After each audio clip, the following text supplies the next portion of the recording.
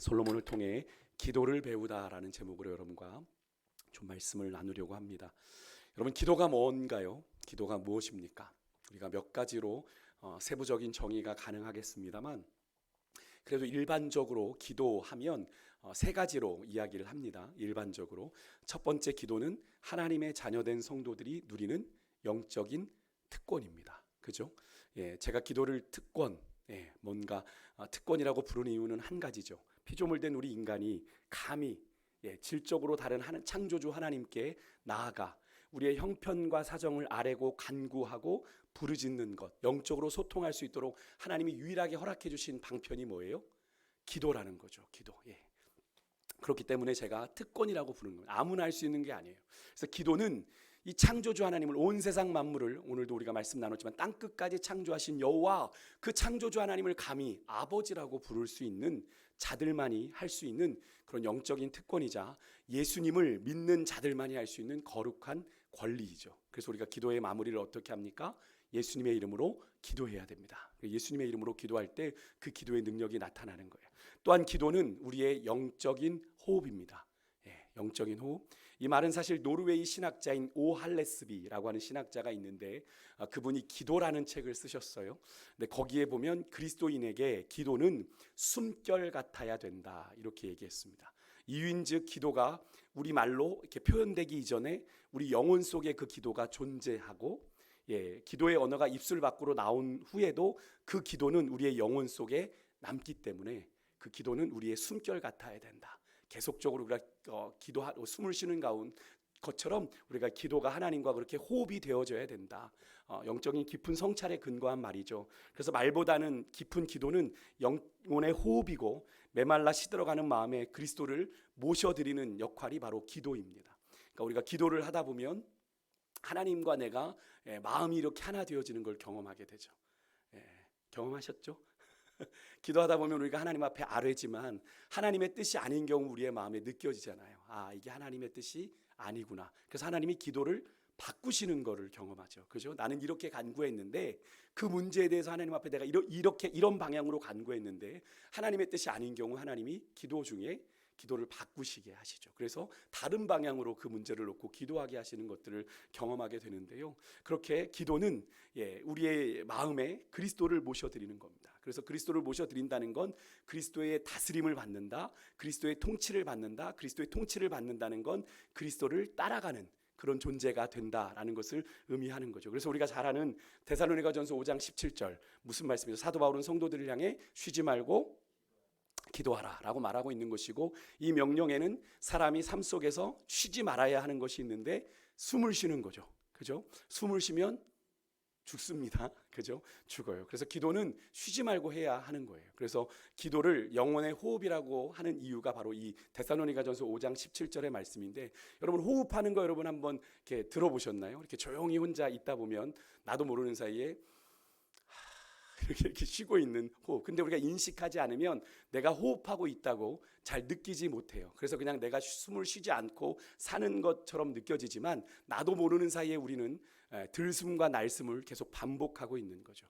그래서 우리가 이렇게 그렇게 숨을 쉬기 때문에 이렇게 사는 거잖아요. 근데 호흡이 중요한 건 호흡하지 않으면 죽기 때문이죠. 그렇다면 여러분의 영적인 호흡은 어떻게 잘 되고 계십니까? 숨 잘 쉬어주세요. 여러분의 영적인 호흡은 이상무이십니까? 제가 요즘 그런 얘기 가끔 드렸죠. 가끔 가슴이 좀 답답하면 이렇게 큰 숨을 쉬어야 될 때가 있어요. 이렇게 뭔가 작은 숨으로 제가 좀 답답함이 있어서 이렇게 좀 쉴 때가 있어요. 이러면 가슴이 시원해지는 그런 것들. 뭔가 이게 호흡이 원활하지 않은 것 같아요. 이게 호흡이 원활하지 않으면 우리의 모든 신체적인 리듬들이 온전할 수가 없는 거죠. 왜? 산소가 우리 몸에 제대로 공급이 되고 나가고 해야, 그죠? 산소를 들이마시고 이산화탄소를 배출해야 우리의 몸이 정상적으로 가동이 되는 건데 그것이 안 되는. 그래서 여러분, 기도에 문제가 생기면 신앙생활에 100% 문제가 생깁니다. 그래서 기도가 멈춰지면 신앙생활에 이상 신호가 이제 발생하게. 그래서 제가 예전에 청년들한테는 야, 황색 신호야, 황색 신호. 정신 차려. 지금 너희들의 인생에 황색 신호가 켜진 거야. 황색 신호는 두 가지다. 지나가든가 아니면 멈추던가. 잘 생각해봐 이런 이야기를 많이 했는데 여러분 그래요. 기도가 없는데 신앙생활이 잘 된다? 여러분 죄송하지만 그건 신앙생활을 하고 계신 게 아니라 죄송하지만 종교생활을 하고 계신 거예요. 왜냐하면 내가 영이 호흡을 하지 않고 있는데 이미 죽었는데 무슨 신앙생활을 하시겠어요. 근데 우리가 그것을 그냥 모른 채 그냥 무의식적으로 그냥 지나치고 살아가는 거죠. 그러면서 그냥 예배 생활은 하는 거예요. 예배 왔다 갔다 하고 기도하고 하는 건데 내 영은 그렇게 죽어가고 있는 걸 모르는 거죠. 끝으로 기도는 하나님과의 대화입니다. 그래서 호흡이 들숨과 날숨이듯 기도는 일방적으로 우리가 이야기하는 게 아니라 상호적인 거죠. 그래서 듣는 것도 제가 늘 필요하다고 말씀드렸습니다. 그죠? 기도하고 나서 우리가 통성으로 기도하고 아뢰지만 끝나고 나서는 그 통성을 기도하고 내가 기도를 아랜 뒤에 하나님의 음성이 내게 뭐라고 말씀하시나 하는 것들을 귀를 기울이는 시간이 필요하다라는 걸 꼭 말씀을 드렸어요. 그러니까 여러분들 주여 하고 이제 기도하고 그냥 후다닥 가시면 안 돼요. 기도를 하시고 난 뒤에 하나님이 내게 뭐라고 조용히 말씀하시는지를 세밀하게 귀를 기울이셔야 됩니다. 기도해 보신 분들은 아시지만 그렇게 우리가 하나님의 음성을 들으려고 하고 주님의 뜻을 찾고 구하려고 할 때 하나님이 기도 중에 많은 생각들을 주시기도 하고 나도 모르게 품고 있는 죄가 생각나게 하시기도 하고 미처 내가 보지 못했던 삶의 깨달음을 주시는 것들을 경험하게 되지 않습니까? 그래서 기도는 하나님과 대화예요. 그러니까 조용히 세밀하게 주의 음성을 듣기를 원하신다면 여러분 기도의 자리를 나아가십시오. 그러면 하나님 내가 듣겠습니다 하면 하나님이 여러 가지로 우리에게 말씀도 생각나게 하시고 여러 가지 상황도 생각나게 하셔서 우리에게 말씀하시는 것을 경험하게 되는데 여러분 하나님과 여러분은 영적인 시간을 주기적으로 가지면서 주님과 대화의 시간을 가지고 계십니까? 오늘은 우리가 이 기도를 할 때 좀 우리가 근본적으로 알아야 될 우리의 기도를 받으시는 하나님에 대한 좀 중요한 사실들을 이 솔로몬의 기도를 통해 좀 살펴보려고 합니다. 아시는 내용일 수도 있겠습니다만 그것을 우리가 인식하고 기도하는 것과 그냥 막연하게 기도하는 건 다를 수 있기 때문에 다시 한번 좀 여러분의 기도를 좀 점검해 보실 수 있었으면 좋겠는데요.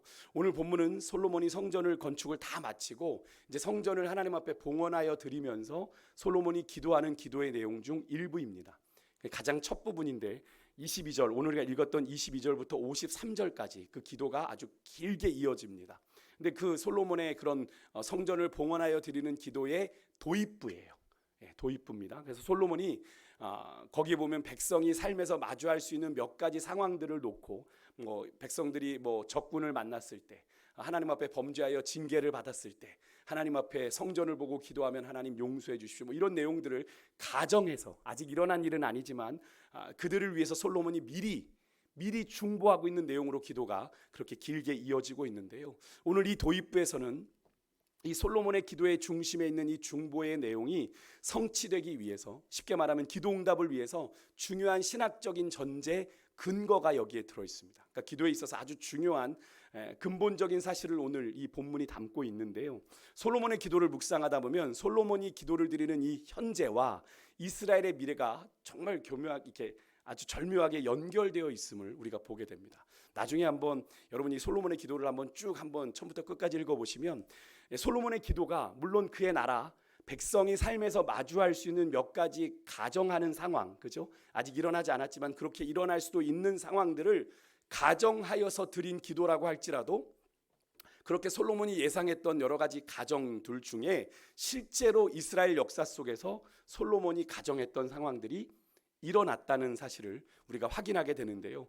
그래서 솔로몬의 기도는 그래서 어찌 보면 예언자적인 성격을 가진 기도였다라고 우리가 알 수 있는데요. 한편으로는 그런 기도의 예방 주사를 맞았음에도 불구하고 왜 이스라엘은 그런 잘못을 범했어야 했을까 하는 그런 생각도 해보게 되면서 그러면서도 이 지혜자 솔로몬의 이 앞을 내다보는 그 가정이 죄된 본성을 가지고 있는 우리 인간의 영적인 한계를 이 솔로몬이 충분히 염두에 두고 그런 가정을 세웠던 게 아닐까.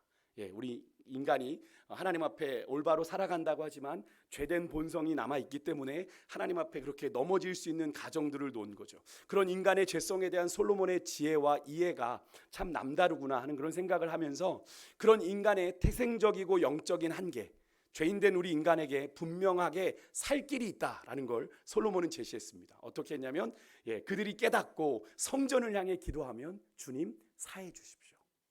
그런 기도를 했어요. 그러니까 솔로몬의 기도가 참 의미 있는 기도인 거죠. 왜냐하면 그들의 백성이 비록 하나님 앞에 범죄할 수 있겠지만 그들이 사는 길이 하나님께로 향하여 성전을 향해 기도하면 결국 그건 무엇을 의미합니까? 주님께로 돌아가겠다는 걸 의미하는 거잖아요. 그렇게 하나님 앞에 회개하고 돌이키면 하나님 그들의 죄를 사해 주십시오라고 그런 기도를 드리고 있거든요. 그러니까 솔로몬의 이 기도는요, 참 의미가 있는 기도이자 중요한 믿음의 가르침이 됩니다. 그러니까 그 기도를 듣고 있는 백성들에겐 우리가 저런 일을 만났을 때 이 왕의 기도를 따라 우리가 성전을 향해 기도하면 하나님이 우리의 죄를 사해 주시는구나라는 걸 배우게 되는, 가르침을 받게 되는 그런 기도인데요. 그래서 여러분 꼭 권면해 드리는 건 이런 영적인 전제로, 이런 사실을 전제로 솔로몬의 기도를 22절부터 53절까지 여러분이 한번 읽어보시면 좋겠다는 그런 생각이 드는데, 제가 금요일에 이 솔로몬의 기도 중에 일부를 한 번 더 좀 다루려고 합니다. 오늘 우선은 우리가 읽었던 22절에서 30절의 도입부를 좀 묵상해 보면요, 먼저 22절에 솔로몬이 하늘을 향해서 손을 드는 것으로 기도가 시작이 됩니다. 하늘을 향해서 손을 폈다 이렇게 돼 있어요. 하늘을 향해 손을 드는 행위는 기도의 시작을 알리는 행위입니다. 그래서 우리가 종종 주여 삼창을 할 때 우리 교회는 잘 안 하지만 다른 데는 어떻게 해요? 두 손 높이 들고 주여 주여 주여 삼창을 외치는 것이 바로 그런 의미입니다. 하나님 우리의 기도를 받으십시오 라고 하는 그런 기도의 시작을 알리는 그런 행위인데, 그런 솔로몬의 든 손이 향하는 분이 누굽니까? 이어지는 23절에 보니까 솔로몬이 이렇게 불러요. 이스라엘의 하나님 여호와 이렇게 부릅니다. 여기서 우리가 기도의 중요한 원리를 하나 알게 되는데, 기도자가 반드시 알아야 되는 건 기도자는 하나님이, 내 기도를 받으시는 하나님이 어떤 분인지를 올바르게 알고 인식해야 한다는 겁니다. 여러분이 기도하시는 대상에 대해서, 하나님에 대해서 제대로 모르면 여러분의 기도가 공허한 외침이 될 수 있어요. 공허한 메아리가 될 수 있는 겁니다. 오늘 그 네 가지 기준을 여러분과 좀 나누려고 하는데요, 솔로몬의 기도가 바로 그 사실을 보여줍니다. 기도를 시작해서 솔로몬이 다짜고짜 하나님 이렇게 해주시고요, 이렇게 해주시고요, 간구와 청원을 먼저 올려드린 것이 아니라 하나님을 먼저 높여드리는데, 이를 통해서 기도자는 기도의 대상인 하나님을 정확하게 인식하는 과정을 거치게 됩니다. 그러니까 우리가 하나님은 위대하신 하나님, 하나님 신실하신 하나님, 이런 고백을 통해서 우리가 하나님이 어떤 하나님이라는 걸 정확하게 인식하게 되는 것이고, 이어서 이제 기도에 응답하시는 하나님과 이제 기도하게 되는 건데요. 여러분 서두에도 말씀드렸지만 기도는 단순히 성도가 하나님 앞에서 하는 독백이 아닙니다. 독백이 아니에요. 성도가 하나님과 나누는 소통, 커뮤니케이션이다라는 걸 여러분이 꼭 기억하셔야 되는데, 그렇다면 오늘 본문에서 솔로몬의 기도를 받으시는 하나님은 어떤 분입니까? 네 가지인데, 먼저 솔로몬은 하나님을 이스라엘의 특별한 하나님으로 고백을 합니다. 23절 우리 같이 한번 읽어볼게요. 같이 읽습니다. 시작. 이르되 이스라엘의 하나님 여호와여, 위로 주와 같은 신이 없나이다. 주께서는 온 마음으로 주의 앞에서 행하는 종들에게 지키시고 은혜를 베푸시나이다. 아멘. 솔로몬이 이스라엘의 하나님 여호와, 상투적으로 부르는 그런 호칭 아니냐 이렇게 얘기할 수 있습니다만, 여기서 이스라엘이라는 건 고유명사죠. 아무한테나 이스라엘이라고 부르지 않습니다. 그죠? 하나님의 택한 백성 이스라엘입니다. 거기에 연결된 하나님 또한 이스라엘의 하나님이라는 건 이스라엘만의 하나님이라는 뜻이죠. 그러니까 그 개념이 한정되어 있는 겁니다. 그냥 하나님이 아니라 이스라엘이 경험한 하나님, 이스라엘만의 하나님.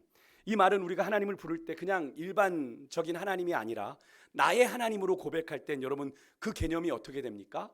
나와 관련된 하나님으로 그 개념이 한정되는 것과 마찬가지인 거죠. 그죠? 내가 나의 하나님 고백했을 땐 내가 지금껏 신앙생활하면서 내가 경험했던 나의 하나님, 박 목사의 하나님, 우리 석 원사님의 하나님, 그죠? 우리 이 권사님의 하나님, 그 하나님을 먼저 부르는 거죠. 그러니까 그 개념이 한정되어집니다. 그죠? 그래서 우리가 하나님을 나의 하나님으로 고백할 때 어떤 마음으로 부릅니까? 그냥 부르는 거예요? 그렇게 부르고 싶어서? 아니죠. 나의 하나님이라는 고백 속엔 지금까지 나의 인생 가운데 나만이 경험한 하나님의 다양한 하나님에 대한 이해, 하나님의 경험이 전제되어 있는 거죠. 그래서 나의 하나님이라고 했을 때 다 나의 하나님이라고 고백하지만 우리가 만난 나의 하나님은 다 각자가 다릅니다. 그죠? 각자가 형편에 따라 처한 상황에 따라 경험했던 하나님이 다르시니까. 물론 일반적으로 놓고 보면 뭐 살아계신 하나님 이런 건 같은 의미겠지만, 그죠? 그 상황 속에서 내가 만난 하나님은, 나만의 하나님은 다른 하나님이시잖아요. 그죠? 그런 나만의 특별한 하나님 경험을 전제로 그렇게 하나님을 한정하여 부르는 겁니다. 그러니까 여기 우리 각자가 하나님을 나의 하나님으로 부를 때는 각자의 인생이 담긴 믿음의 고백으로 다르게 표현이 되는 거겠죠. 그러니까 솔로몬은 그런 의미로 하나님을 부르는데 어떤 하나님? 이스라엘의 하나님, 이스라엘이 경험했던 하나님으로 한정하여 부르며, 하나님이 어떤 하나님이에요? 이스라엘에겐 참 특별하신 하나님이죠. 그죠? 하나님과 이스라엘이 어떤 관계? 언약 관계에 있는, 그죠? 나는 너희들의 하나님이 되고 너희는 나의 백성이 된다라고 하는 그 많은 민족들 가운데 하나님이 특별히 이스라엘을 찍으셔서, 그죠? 그렇게 자기 백성 삼으신 하나님과의 언약 관계에 있는 스페셜한 관계인 겁니다. 뭐 가끔 요즘에 VIP 그런 용어들이 있는데, 하나님께는 이스라엘이 그런 VIP, 그죠? 이스라엘에게는 하나님이 VIP인 거죠. 그죠? 특별한 관계인 겁니다. 통하는 거예요. 그러면서 솔로몬은 그런 이스라엘 하나님 여호와에 대해서 이렇게 부연하여 설명을 해요. 위로 하늘과 아래로 땅에 주와 같은 신이 없습니다라고 고백을 해요. 여러분, 이 말은 하나님만이 유일하신 참 하나님이요, 이스라엘의 특별한 하나님이심을 고백하면서, 이스라엘이 그래서 의지할 존재는 누구밖에 없다? 하나님밖에 없다라는 고백이 이 고백 속에는 담겨 있는 거예요. 그러니까 여러분, 이 솔로몬의 고백을 기준으로 우리의 기도를 한번 점검해 볼게요. 같은 고백이잖아요, 그죠? 우리가 하나님을 나의 하나님으로 고백할 때 우리는 하나님을 유일하고 나에게 특별한 하나님으로 믿고 기도하십니까? 아니면 하나님 외에도 다른 무언가를 내가 붙잡고 있으면서 기도하십니까? 너무 쉽게 얘기하면 안 돼. 대답만 쉬우면 안 돼. 우리가 실제로 정말 기도할 때 우리의 마음이 그래야 되는 거죠. 그죠? 우리가 그렇게 마음은 그래요. 우리 창시사님을 미안해요. 창시사님의 마음을 무시하는 게 아니라 우리의 마음은 그래요. 근데 실제로 우리가 기도할 때는 그러지 못할 때가 너무나 많은 거죠. 하나님만 붙잡아야 되는데 다른 것들을 자꾸 생각을 하는 거예요. 내가 이게 안 되면 이거 안 되면 이런 생각을 하는 겁니다. 그러니까 믿는 자들이 어딜 찾아가는 거예요? 무당집 찾아가는 거예요. 점집 찾아가는 거예요. 하나님만 유일하신 하나님인데, 그 특별한 하나님인데 그것을 제대로 믿지 못하니까 어떻게 해요? 우상에게 가서 그렇게 빌고 있는 거죠. 여러분의 기도는 어떠하십니까? 여러분, 하나님만이 여러분에게 정말 유일하고 다른 선택의 여진 없고 유일하고 특별한 하나님으로 여러분은 온전히 믿고 기도하고 계십니까? 여러분, 우리가 기도하러 나아갈 때 가져야 되는 마음은 주님밖에는 없습니다. 다른 선택은 없습니다. 주님만이 길입니다라는 고백이 있어야 되는 줄 믿습니다. 그러니까 주님이 해결해 주시지 않으면 나는 끝납니다. 사생결단하는 게 그런 것 아닙니까? 야곱이 왜 야복강에서 그렇게 매달렸습니까? 주님밖에는 길이 없는 거예요. 주님밖엔 길이 없는 겁니다. 앞에선 에서가 쫓아오고 뒤에선 라반이 쫓아오는데, 내가 지금 살 길은 뭐예요? 하나님과 승부를 보지 않으면 안 되니까 환도뼈가 부러지는 그 처절한 고통 속에서도 어떻게 해요? 주님을 놓지 않았던 거 아닙니까? 여러분, 하나님을 유일하신 하나님, 그죠? 내게 특별한 하나님으로 고백한다는 건 바로 그 야곱의 그 야복강 나루터를 떠올리시면 돼요. 그 처절한 몸부림, 어떤 몸부림입니까? 주님 나 떠나시면 나 여기서 끝장납니다. 주님이 날 버리시면 나는 끝입니다. 라는 그런 간절함으로, 환도뼈라는 것 여러분 여기 아시잖아요. 여기 고관절이 있는데 여기가 부러지면 온몸에 힘이 빠져서 힘을 못 쓴답니다. 그런데 야곱이 이 악물고, 그죠? 하나님을 놓지 않았잖아요. 여러분, 정말로 우리가 우리 인생의 유일한 해답은 예수 그리스도밖에 없습니다를 고백하며 온전한 마음으로 주님께 나아가는 것. 여러분, 두 마음 품으시면 안 돼요. 기도하는데 하나님 안 들어주면 말고 다른 데 가서 기웃해봐야지, 이런 생각 갖고 기도하면 그 기도는 이미 파입니다. 그 기도는 이미 끝난 거예요. 그 기도는 끝난 겁니다. 그래서 야고보서에 보면 1장 8절에 이런 말씀이 있습니다. 두 마음을 품어 모든 일에 정함이 없는 자로다. 근데 여기서 보면 두 마음을 품어 모든 일에 정함이 없는 자가 누구를 말하는 거예요? 보면 앞에 구체적으로 설명이 나옵니다. 6절 7절을 같이 한번 좀 읽어볼게요. 시작. 오직 믿음으로 구하고 조금도 의심하지 말라. 의심하는 자는 마치 바람에 밀려 요동하는 바다 물결 같으니 이런 사람은 무엇이든지 주께 얻기를 생각하지 말라. 아멘. 누가 두 마음을 품어 모든 일에 정함이 없대요. 오직 믿음으로 구하지 아니하고, 그죠? 구해야 되는데 그렇게 안 하고 의심하는 자를 말하는 거죠. 될까? 하나님만으로 될까? 불안한데 보험 들어놔야지. 어디 뭐 다른 거 어디 좀 내가 빠져나갈 구멍을 좀 만들어, 이렇게 그런 기도 하나님이 받지 않으시는. 즉 주님만이 내 인생의 유일한 해답이라 여기고, 하나님의 다른 무언가를 붙잡고 기도하는 사람은 안 되는 거죠. 오늘 두 마음을 품은 자입니다. 여러분의 기도하는 마음 어떠세요? 하나님만이 내 전부입니다. 하나님이 나를 버리시면 안 됩니다. 그런 마음으로 여러분 기도하고 계세요? 주님을 향하여 그렇게 온전한 마음인지를 여러분 한번 좀 살펴보시길 원해요. 혹시 두 마음을 품고 여러분 끊임없이 의심하며, 여러분 바람에 밀려 요동하는 바다 물결 어떻습니까? 걷잡을 수 없죠. 그죠? 바람에 밀려 요동하는 바다 물결 보셨습니까? 이리 불어오는 것 같더니 저리 불러가는 것 뭡니까? 마음이 갈팡질팡 요동치는 걸 말해요. 우리가 기도한다고 하면서도 그렇게 이리 떠밀리고 저리 떠밀리며 그렇게 두 마음을 품은 채 기도하고 있지 않은지를 한번 돌아보시길 원해요. 그렇다면 이미 우리의 기도는 실패다. 여러분, 하나님께서 우리 안에 정한 마음을 주시도록 주님을 향한 온전한 그 주님이 유일하십니다. 주님이 내게 특별하십니다. 이 두 개의 고백을 우리가 분명히 붙잡으며 기도의 자리로 나아가야 될 줄 믿습니다. 다른 선택은 없습니다. 여러분 믿으십니까? 하나님의 사람에겐 하나님 외에는 다른 방법이 없는 거예요. 자꾸 다른 꼼수를 구상하지 마십시오. 그것은 정함이 없다고 그러셨어요. 옳지 않다란 말이에요. 두 번째로 솔로몬이 고백하고 있는 하나님은 뛰어난 하나님이십니다. 아까 말씀드렸죠. 주님 같은 신이 없습니다. 그죠? 다른 신과 비교할 수 없는 하나님. 앞에서 살펴본 2절의 고백, 위로 하늘과 아래 땅에 어떻게요? 주와 같은 신이 없나이다, 이렇게 얘기합니다. 어떤 신도 주님과 같은 분이 없습니다. 이것이 유일하다는 고백이기도 합니다만 그 정도로 하나님은 뛰어나신 하나님이십니다 라는 고백이에요. 그러니까 솔로몬이 고백하고 있는 하나님은 다른 신들이 감히 흉내낼 수 없는 가장 최상위의 뛰어난 하나님이십니다. 그 뛰어난 하나님에 대한 이해를 구체적으로 표현하면 하나님의 전지전능하심을 온전히 믿는가라는 질문으로 바꿔볼 수 있습니다. 여러분은 하나님의 전지전능하심을 믿으십니까? 정말 믿으세요? 그것이 지식적인 이해가 아니어야 됩니다. 나 하나님은 전지전능하십니다. 그렇지. 그런데 실제로 믿지 않아. 하나님도 안 돼. 이건 하나님도 틀렸어. 그렇게 아예 기도거리로 삼지 않는 그런 기도 제목 여러분 없으세요? 하나님이 전지전능하시면 기도 못할 게 있어요, 없어요? 없어야 되는 거잖아요, 우리의 삶에. 그죠? 모든 게 기도 제목이고 모든 게 기도거리여야 되는데 하나님의 전지전능하심을 믿는다면 말이죠. 그런데 그렇게 이건 안 되는 이야라고 내 마음에 이미 제껴놓은 기도 제목이 있다? 그럼 죄송하지만 그분은 하나님의 전지전능하심을 머리로는 알아요. 오래 수십 년 신앙생활 때 지식적인 이해로는 알지만 진심으로 믿고 기도하지 않는 거죠. 여러분, 성경에는 이런 하나님의 전지전능하심을 믿는 그 믿음을 가지고 기도의 자리로 나아간 사람들이 있죠. 누구냐면 바로 사무엘상 2장 6절에서 8절에 나오는 사무엘 선지자의 어머니 한나입니다. 한나의 고백 속에서 한나는 이런 고백을 했어요. 여러분 잘 아시는 고백이에요. 우리 같이 한번 좀 읽어볼게요. 시작. 여호와는 죽이기도 하시고 살리기도 하시는도다. 여호와는 가난하게도 하시고 부하게도 하시며 낮추기도 하시고 높이기도 하시는도다.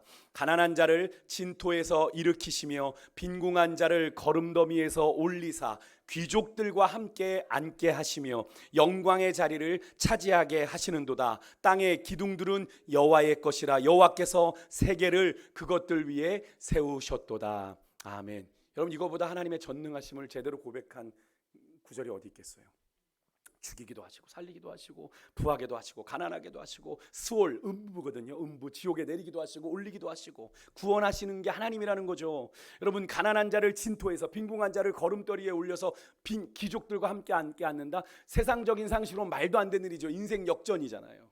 인생 역전도 그런 게 쉽지 않아요. 그런데 그런 영광의 자리를 차지하게 하시는 분이 하나님. 왜? 그 하나님은 땅을 만드시고 땅의 기초를 세우시고 온 세상 만물을 창조하신 하나님이시니까. 그 하나님이 전지전능하시니까 못할 일이 없으니까 가능함을 고백하며 한나는 기도의 자리로 나아갔던 거예요. 여러분, 이에 하나님의 전지하심은 또 뭡니까? 하나님이 다 아신다는 거잖아요. 모르시는 게 없다. 우리 인간의 머리털까지 세신 받으신 하나님이다. 라는 얘기를 마태복음 10장에도 누가복음 12장에도 예수님이 직접 하셨죠. 너희들의 머리털까지 세심받은 하나님인데 하물며 너희일까 보냐 라는 말씀을 누가 하셨어요? 예수님이 직접 하셨잖아요. 예수님이 직접 하셨잖아요. 또 우리의 폐부, 우리의 심장을 감찰하시는 하나님을 예레미야 선지자가 고백했는데 거기서 하나님의 전지하심을 우리가 알 수 있죠. 우리는 다 볼 수 없지만 하나님은 우리의 마음 깊은 곳까지 감찰하시고 다 아신다는 거잖아요. 여러분이 하나님의 전지전능하심에 대한 믿음이 여러분과 저에게 있습니까? 알미 아니라, 지식적인 알과 이해가 아니라 믿느냔 말이에요. 믿느냔 말이에요. 여러분, 하나님 아무리 아까도 말씀드렸지만 하나님의 전지하시고 전능하심에 대한 말씀을 우리가 알고 있고, 한나가 그런 고백을 했구나, 예수님이 그런 말씀을 하셨구나, 예레미야가 그런 이야기를 했구나 라고 하는 것을 우리가 알고 있다고 해도, 또 들었다고 해도 그것을 우리가 온전히 내 말씀으로 믿지 않으면 아무런 소용이 없는 것이고, 여러분 그 말씀은 내 말씀이 안 되고 내 믿음의 고백이 될 수 없는 거죠. 그래서 솔로몬은 오늘 기도에서 두 번째로 하나님은 피조물된 인간의 이해를 훨씬 뛰어넘어 다른 신과 비교 불가한 뛰어난 하나님이심을 고백하며 그 전지전능하신 하나님께 기도하고 있는 겁니다. 하나님이 하시면 다 하실 수 있으니까. 여러분 그것을 믿으십니까? 그러니까 우리가 하나님 앞에 못 드릴 기도가 있습니까? 없습니까? 여러분 우리가 기도해야 되는데 이미 내 안에서 이건 안 돼라고 정해놓고 이건 어쩔 수 없을 거라고 생각하는 기도의 제목이 있으면 여러분 그거는 하나님을 향한 불신앙이에요. 이 사실을 믿지 않는 겁니다. 하나님의 전지전능하심을 아는지는 모르지만 우리가 믿지 않고 있는 거예요. 여러분이 그렇게 묵혀놓은 기도 제목 있으십니까? 주님 앞에 아뢰십시오. 주님의 때가 되면 반드시 응답을 받아요. 하나님이 이루신단 말입니다. 세 번째로 오늘 솔로몬의 기도에서 우리가 만나는 하나님은 바로 약속에 신실하신 하나님입니다. 이 사실을 솔로몬은 23절 하반절과 24절에서 언급하는데 23절 하반절에 보면 주께서는 온 마음으로 주의 앞에서 행하는 종들에게 어떻게 하신대요? 언약을 지키시고 약속을 지키시고 은혜를 베푸시나이다는 기도로 하나님의 신실하심을 고백하면서 그 약속의 성취의 결과가 바로 오늘입니다. 고백하죠. 우리 23절 하반절 우리 같이 한번 24절까지 읽어볼게요. 시작. 주께서 주의 종 내 아버지 다윗에게 하신 말씀을 지키사 주의 입으로 말씀하신 것을 손으로 이루심이 오늘과 같으니이다. 주의 말씀이 이루심이 오늘 이 현장입니다. 주님이 이루셨습니다. 주님이 하셨습니다. 하나님은 신실하십니다를 솔로몬이 이 말씀 속에서 고백하고 있는 거죠. 약속한 대로 이루셨습니다. 여러분 이 솔로몬의 고백 속에서는 이스라엘의 하나님이 약속에 신실하신 분이다라는 사실이 아주 분명하게 드러나 있죠. 사실 하나님의 신실하심은 이미 하나님께서 오래전에 약속하신 겁니다. 이스라엘 백성들에게. 신명기 7장 9절의 말씀 한번 읽어볼게요. 같이 읽습니다. 시작. 그런즉 너는 알라 오직 내 하나님 여호와는 하나님이시요 신실하신 하나님이시라. 그를 사랑하고 그의 계명을 지키는 자에게는 천대까지 그의 언약을 이행하시며 인애를 베푸시되. 하나님, 여러분 신명기에서 분명히 모세를 통해 하나님은 당신이 어떤 하나님? 신실하신 하나님이신 것을 알리고 계시고, 그죠? 그렇게 그 하나님이 신실하신 하나님인 걸 너희들이 알아라 이렇게 명령하고 계시고, 그를 사랑하고 그의 계명을 지키는 자에게는 천대까지, 여러분 이건 산술적인 수가 아니라 영원까지 그의 언약을 이행하시고 인애를 베푸실 거다라고 약속하고 계세요. 사실 여러분 이 약속에 이스라엘이 자격이 됩니까? 자격이 되나요? 아니죠. 자격 미달이었습니다. 우리가 요즘 묵상하고 있는 사도행전의 스데반의 설교가 3일 동안 우리가 읽었는데 그 사실이 분명히 드러나죠. 하나님은 어떤 상황 속에서도 그들이 광야에서 있었던 증거의 장막, 하나님이 임재하셨던 증거의 장막에도 또 솔로몬의 성전에도 하나님이 임재하셔서 그들과 함께 하셨습니다. 이것은 하나님이 약속을 지키신 결과죠. 내가 너희와 항상 함께 있겠다고 하신 약속을. 근데 그들의 하나님을 향한 사랑, 계명에 대한 순종이 있었습니까?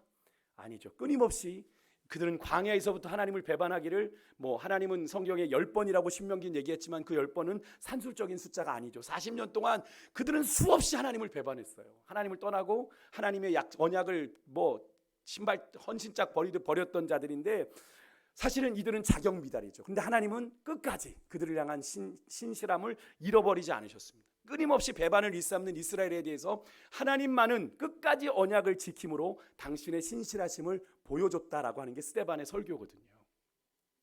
근데 그 사실은 오늘 이 시대를 살아가는 여러분과 저에게도 동일한 사실입니다. 우리는 하나님 앞에 그렇게 떳떳한 존재인가요? 하나님의 은혜와 여기 말하는 하나님이 언약을 이행해 주시고 인애를 베푸실 만한 그런 자격 조건을 잘 갖춘 우리들인가요? 아니죠. 과거 이스라엘 백성들처럼 우리가 하나님을 떠나기 일쑤고 그저 하나님과 상관없이 살아가고 있음에도 우리가 이렇게 오늘 여기까지 은혜 가운데 살 수 있는 것은 무엇 때문이다? 하나님의 변치 않는 신실하심 까닭이지 않습니까? 우리가 한 게 아니라 하나님은 한결같이 하나님의 신실한 은혜가 여러분과 저의 걸음을, 인생의 걸음을 여기까지 인도한 줄 믿습니다. 네. 그래 여러분, 그래서 사도 바울은 그런 신실하신 하나님을 향한 믿음을 이렇게 고백했어요. 사도 바울은 로마서 8장 32절 같이 한번 읽어볼게요. 시작. 자기 아들을 아끼지 아니하시고 우리 모든 사람을 위하여 내주신 이가 어찌 그 아들과 함께 모든 것을 우리에게 주시지 아니하겠느냐. 아멘.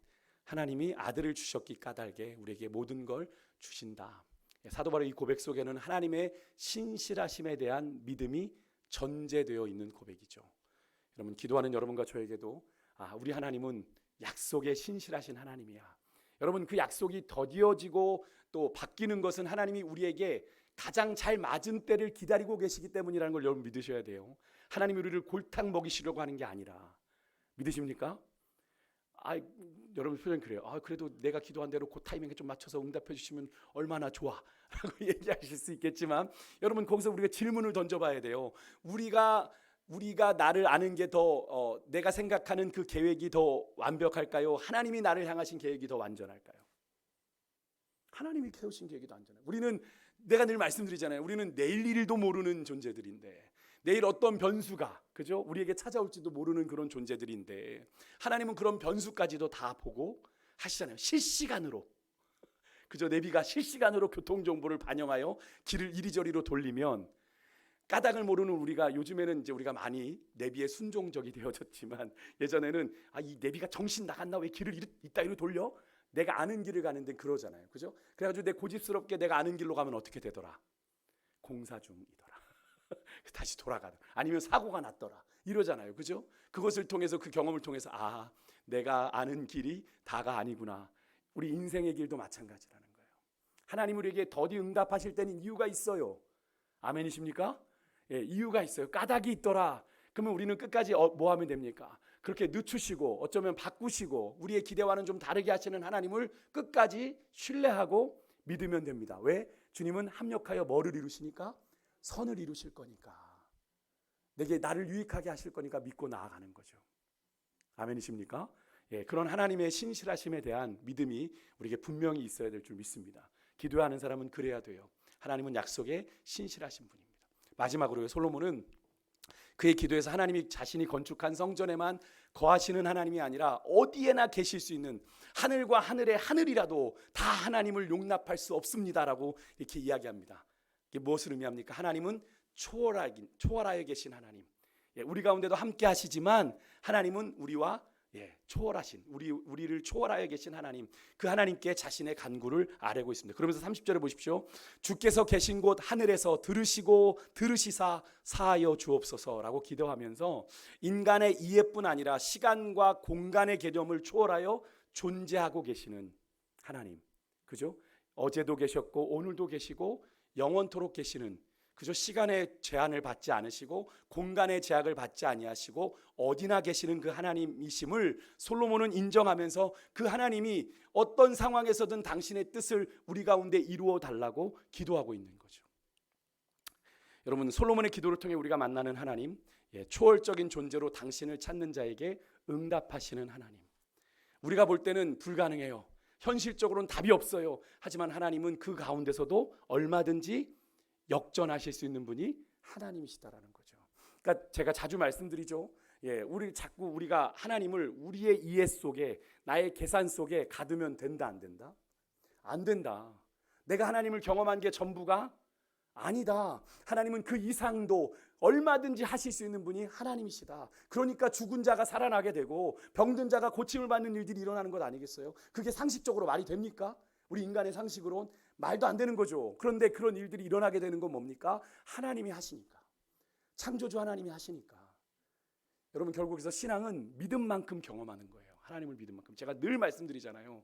왜 내가 똑같은 신앙생활 하는데 누구는 저렇게 하나님을 경험하고 왜 나는 이렇게 경험하나? 여러분 잘 보십시오. 믿는 차이예요. 믿음의 차이입니다. 믿음의 차이. 내가 하나님을 50 믿으면 50을 경험하게 되는 거고, 하나님을 100% 전적으로 신뢰하면 하나님이 그 하나님의 역사를 100% 경험하게 되는 겁니다. 내가 50% 믿는 사람이 절대로 경험하지 못하는 것까지도 그 100% 하나님을 신뢰하는 사람은 경험하게 되는 거예요. 여러분, 하나님은 우리 눈에 보이지 않아도, 느껴지지 않아도 일하고 역사하고 계시는 하나님인 걸 인정하고 그렇게 간구하는 자에게 응답하신다는 사실을 여러분 믿으시길 바라요.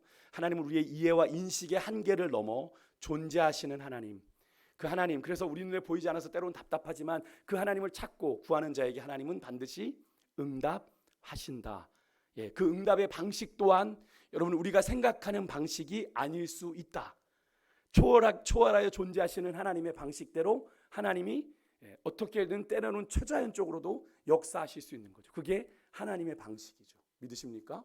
하나님이 우리의 생각대로 일하시면 오히려 그것은 문제가 있는 거다. 그죠? 하나님 우리의 생각대로 일하시는 분이 아니다. 우리의 생각과는 전혀 다르게 일하실 수 있는. 그래서 여러분 늘 말씀드리지만 우리가 하나님을 향해서 모든 가능성을 열어놓으실 수 있어야 돼요. 내가 볼 땐 가능성 시계 제로예요. 가능성이 전혀 없는 일을 마주했어요. 이건 불가능해. 내가 생각할 땐 답이 없는데 그런 상황 속에서도 하나님의 가능성은 열려 있음을 믿으시길 바라요. 그게 하나님은 초월하여 계시다는 의미입니다. 우리 이성의 한계, 인식의 한계를 훨씬 뛰어넘는 그 전능하신 하나님의 역사와 일하심은 얼마든지 가능함을 인정할 때 우리가 그 하나님을 우리의 삶에서 경험하게 되는 줄 믿습니다. 말씀 마칠게요. 오늘 우리는 솔로몬의 기도를 통해 우리가 기도 응답 받기 위해서 우리의 기도를 받으시는 하나님에 대한 정확한 인식이 필요하다라는 전제로 기도하는 자로서 우리가 알아야 되는 하나님에 대한 4가지를 살펴봤습니다. 첫 번째가 뭐냐면 하나님은 이스라엘만의 특별한 하나님, 그죠? 이스라엘의 스페셜한 하나님으로 이스라엘만의 유일하고 특별한 하나님임을 고백했다. 여러분 우리만의 하나님으로 우리가 고백할 수 있는 하나님에 대한 은혜가 있으시기를 주로 축복합니다. 나의 하나님으로 고백했을 때 내가 누가 뭐래도 내가 이 하나님은 내가 부정할 수 없어. 왜? 내가 그렇게 만난 하나님이니까. 나의 하나님을 그렇게 고백하는 겁니다. 나는 이 하나님은 내가 확실하게 믿어. 내가 이렇게 경험했기에.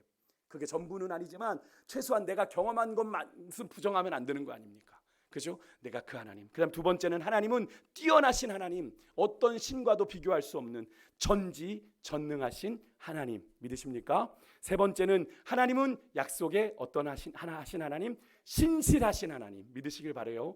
하나님은 약속에 신실하십니다. 마지막으로 하나님은 초월적인 존재로 당신을 찾는 자들에게 응답하시는 하나님. 우리의 인간의 이해, 인식의 한계를 훨씬 뛰어넘는 존재로 계시기 때문에 우리 눈에 보이지 않아도 우리와 함께 하시고 우리를 도우시고 우리를 구원하실 수 있는 분이라는 사실을 우리는 분명히 믿어야 됩니다. 우리의 가능성이 시계가 제로여도 하나님을 향한 가능성은 꼭 열어놓고 기도하십시오.